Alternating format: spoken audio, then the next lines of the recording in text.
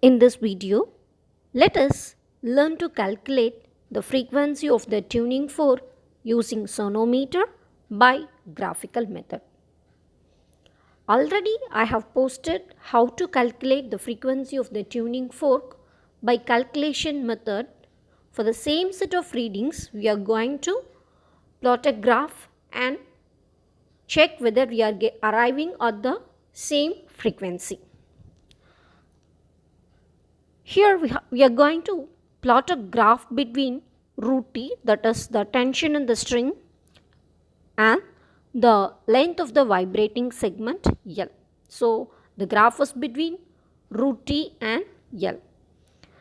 Here we have the values of root T and the corresponding L values. For 3.13, the vibrating length is 11.5, and 3.83 it is 13.8, 4.43 15.3, 4.95 it is 18.1, 5.42 it is 20.2. Okay, now for this set of values, let us plot the graph. So for this we need to take a graph sheet, then divide this graph sheet into two quadrants like this, x-axis and y-axis. Along the x-axis, we are going to take tension in the string root T, which is in Newton, and along the y-axis we are going to take the length of the vibrating segment L in centimeters. And for the given set of readings, the appropriate scale is on the x-axis 1 centimeter will be equal to 0.5 Newton, and along the y-axis 1 centimeter will be equal to 1 centimeters, or 1 into 10 power minus 2. So let us mark the scale in the graph. So along the x-axis we could see root T. We start with, so for our set of reading we can start with 3. So it is 3, 3.5, 4, 4.5, 5, 5.5. So on the y-axis, so 1 centimeter is each 1 centimeter is 1 centimeter. So it is we will start from minimum reading we need is 11. So it is 11, 12, 13, 14 till we have marked till 21. Okay. Now let us plot the graph. So the root T values and L values we have. So for 3.13, the L value is 11.5. You could see. So 3.13. So 10 lines are 0.5. So 2 lines will give you 0.1. So it is 3. The next line, the line next to 3 is 3.05. The second line is 3.1. So it is 3.1. The vibrating length is 11.4. It is marked against it at 11.5. For 3.83, that is at 3.8, we have marked it at 13.8. So plot these values, you will get a points like this. So viewing at the points itself, we could see the graph will be a linear graph or it will be a straight line.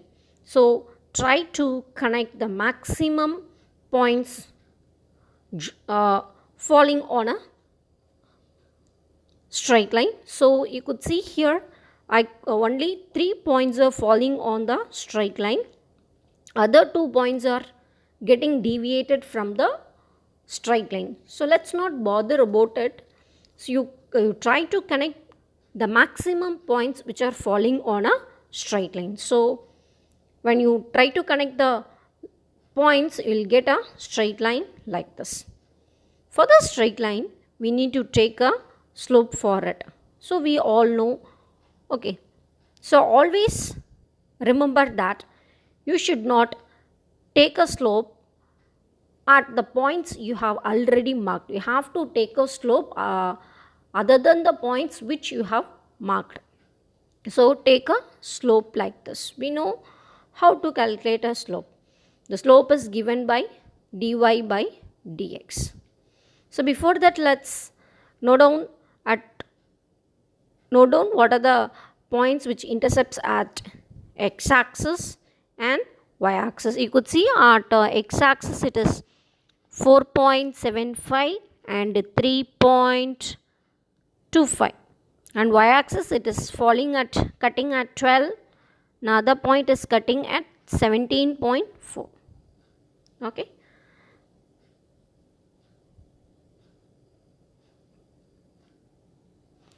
Yeah, slope is equal to dy by dx. So along the y-axis we have taken L, and along the x-axis it is just root t. So we will get L by root t. So the dy is, the line intercepts along the y-axis at 17.4 and 12. So it is 17.4 minus 12. Since it is in centimeters, so it is 10 power minus 2 to convert it into a meter. And along the x-axis, the intercepts meet at 4.75 and at 3.25. So the difference will give us 4.75 minus 3.25. So it is 5.4 into 10 power minus 2 divided by 1.5. But what we need is root t by L. So 1 by slope will give us root t by L. Just reciprocal it. We will get 1.5 divided by 5.4 into 10 power minus 2. So when you divide 1.5 divided by 5.4, we will get 0.2778, and the 10 power minus 2 in the denominator, when it goes to the numerator, it becomes 10 power plus 2.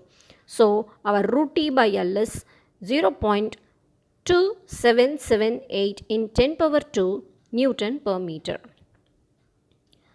So to calculate the frequency of the fork, we need the linear density of the wire, that is M.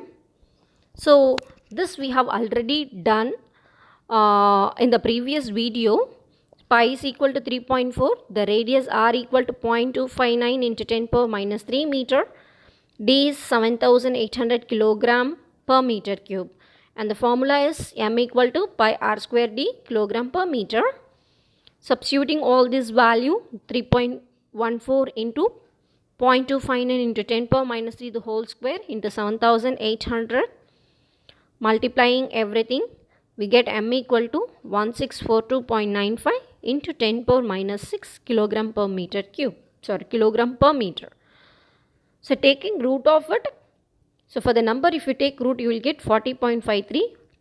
For 10 power minus 6, if you take root, you will get 10 power minus 3. So we have got root m.